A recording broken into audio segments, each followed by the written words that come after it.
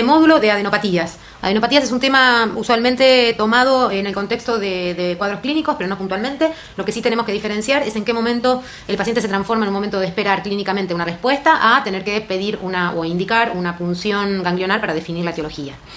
La adenopatía en realidad la definimos en principio como todo aumento del tamaño ganglionar, más de 1.5 centímetros de diámetro en región inguinal y más de 1 centímetro cervical y axilar. Esto es textual la definición del Nelson. La incidencia de enfermedades neoplásicas en niños es muy baja, ¿sí? Sin causa evidente es del 1% aproximadamente, pero lo que sí vamos a hacer es clasificarlas en localizadas y generalizadas. Las localizadas son aquellas que comprometen un ganglio de una misma región ganglionar y que generalmente el origen es bacteriano. En cambio, las generalizadas son las que comprometen a 2 o más regiones y que en general son de etiología viral. Entonces, así como vimos en los cuadros de exantemática, donde toda la distribución de adenopatías era bien generalizada, sobre todo la rubiola como componente importante, ahí nos podemos acordar que la distribución generalizada de las adenopatías es más de característica viral y cuando es localizada y con un conglomerado fijo es más de característica bacteriana.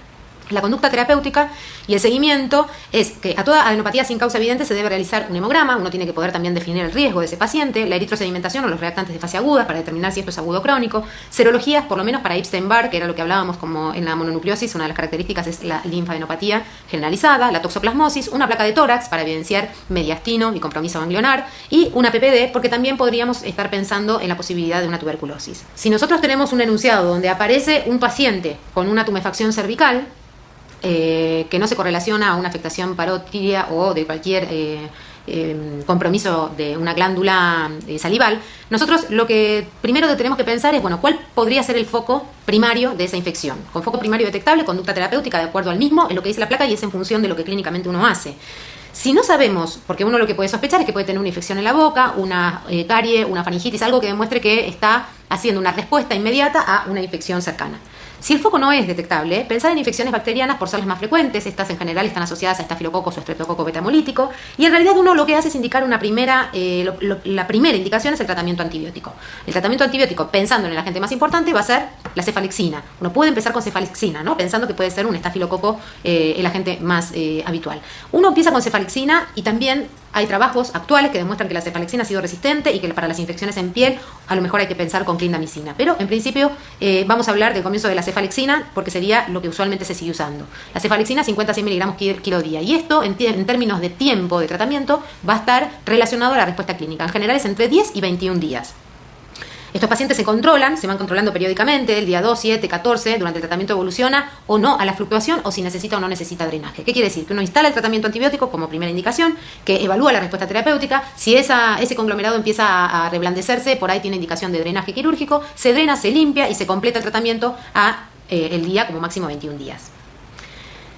Para pensar en cuál sería la indicación de biopsia ganglionar, es falta de respuesta en el día 14 o existencia de un nódulo dominante persistente por más de 4 a 6 semanas sin identificación de etiología. Es decir, yo estoy frente a un tratamiento antibiótico. El paciente no ha modificado en las primeras 2 semanas las características de ese conglomerado o de esa adenopatía o esa tumefacción. Este paciente probablemente le hayamos rotado el antibiótico y de no haberlo hecho habría que evaluar que el paciente debiera cumplir una línea de tratamiento antibiótico inicial, rotarla entre las 72 horas y los 7 días a una segunda línea y llegar a los 14 días definiendo la indicación de biopsia por falta de respuesta terapéutica. Así que la indicación de realizar una biopsia ganglionar es la que se muestra en la placa. Y dentro de las adenopatías generalizadas, en realidad lo que uno necesitaría saber básicamente es si es la demostración de la respuesta inmunológica a una infección viral, como las que mencionamos, citomegalo, rubiola, hepatitis, HIV, etc. Eventualmente bacteriana, como la sífilis. Pueden haber otras, como el arañazo de gato, pero si eventualmente nada de esto se correlaciona o se aísla para pensar en adenopatías generalizadas, a veces uno tiene que terminar haciendo una PAMO, una punción de médula ósea o eventualmente una tomografía para determinar ganglios internos, pensando en patologías más severas como pueden ser las oncológicas. Entonces, si yo tuviese que resumir claramente el módulo de adenopatías, ténganlo en cuenta tomando o jerarquizando los datos que se incluyen en criterios clínicos de otras presentaciones clínicas. Probablemente en forma aislada, como diagnóstico de adenopatía, no va a estar presentado como en un cuadro clínico.